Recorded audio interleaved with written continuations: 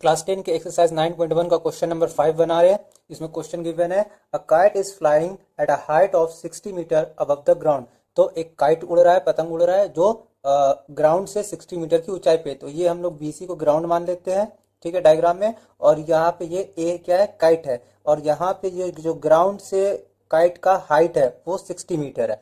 आगे बोला गया the string attach to the kite. तो काइट से जो धागा बंधा हुआ है, ठीक है, इस temporary tied to a point on the ground. वो कहाँ पे बंधा हुआ है?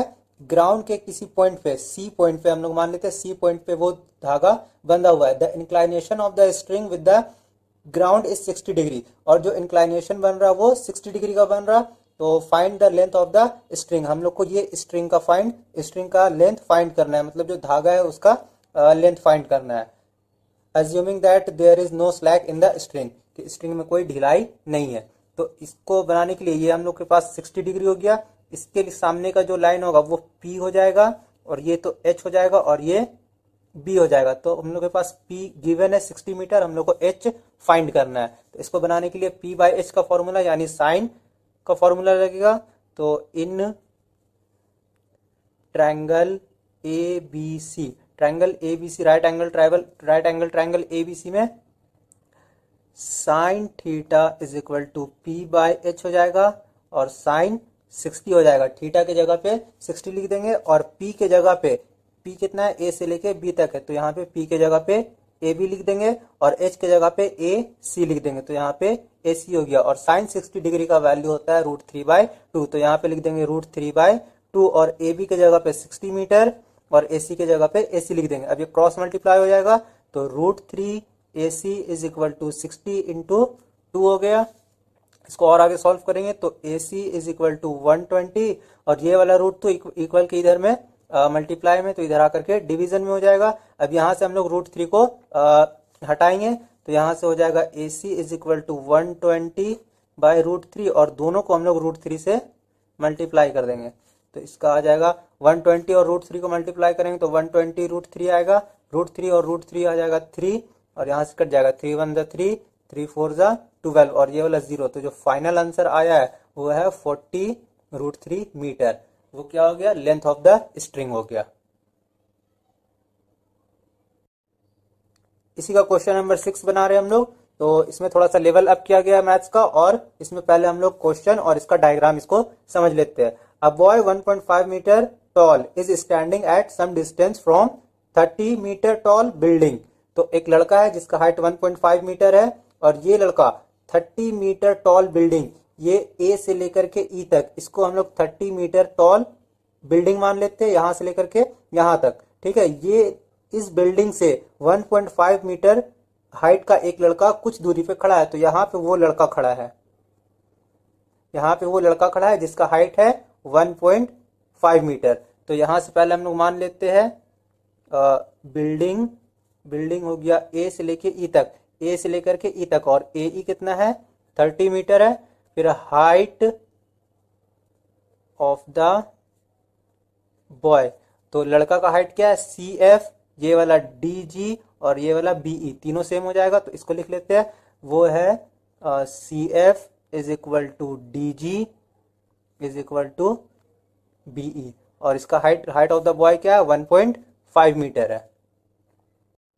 इसके आगे क्वेश्चन में बोला गया है the angle of elevation from his eyes to the top of the building increases from 30 degree to 60 degree as he walks towards the building. तो ये लड़का है, यहां से जब ये बिल्डिंग के टॉप पे देखता है तो 30 डिग्री का एंगल बनता है, और ये जब चल करके आगे जाता है, यहाँ पे आ जाता है DG पे, तब ये फिर यहाँ से क्या करेगा, ये लड़का बिल्डिंग पे देख रहा है, तो ये 60 डिग्री का एंगल बना रहा। तो हम लोग को फाइंड करना है, find the distance he walk towards the building. तो यहां से लेकर के यहां तक कितना दूरी वो चला है, इसको फाइंड करना है। तो बेसिकली हम लोग को फाइंड करना है CD कितना है, यही फाइंड करना है। तो ये जो मैथ्स बनेगा वो ट्रायंगल ABD में और ABC में बनेगा। तो पहले हम लोग को A से लेकर B तक निकालना होगा। A से B 30 नहीं है, 30 A से लेकर के E तक है, तो पहले A से लेकर के B निकालते हैं। यहां से यहाँ 1.5 है, DG भी 1.5 है, और BE भी 1.5 है। तो हम लोग सबसे पहले AB का वैल्यू फाइंड करते हैं। तो AB is equal to AE minus B E, A से लेके बी तक का लेंथ कितना हो जाएगा, इसका हो जाएगा ए से लेके सी, सॉरी ए ई और बीई को माइनस करेंगे तो ए बी निकल जाएगा। तो ए ई है 30 मीटर और बीई है 1.5 मीटर। जब इसको सॉल्व करेंगे तो आएगा 28.5 मीटर। यहां से ए बी निकल गया हम लोग का, ए बी 28.5 मीटर है। अब हम लोग निकालेंगे यहां से बी से लेकर के डी तक का लेंथ निकालेंगे। तो फिर लिखेंगे यहाँ पे in right angle triangle A B D, A B D, इस ट्रायंगल में इस एंगल के सामने ये P हो गया और ये B हो जाएगा यहां से लेकर के यहां तक। तो हम लोग P और B का निकालेंगे, फॉर्मूला लगाएंगे तो होता है वो tan theta is equal to P by B, और tan के जगह पे tan और थीटा के जगह पे यहाँ पे 60 डिग्री है तो 60 डिग्री लेंगे, तो यहाँ पे हो गया tan 60 डिग्री। P के जगह पे A से लेकर के B तक हो जाएगा AB और B हो जाएगा BD, B से लेकर के D तक, तो यहाँ पे BD लिख दिया। और tan 60 का वैल्यू होता है √3, AB का वैल्यू है 28.5 मीटर और BD हम लोग को निकालना है, तो यहाँ पे हम लोग BD लिख देंगे।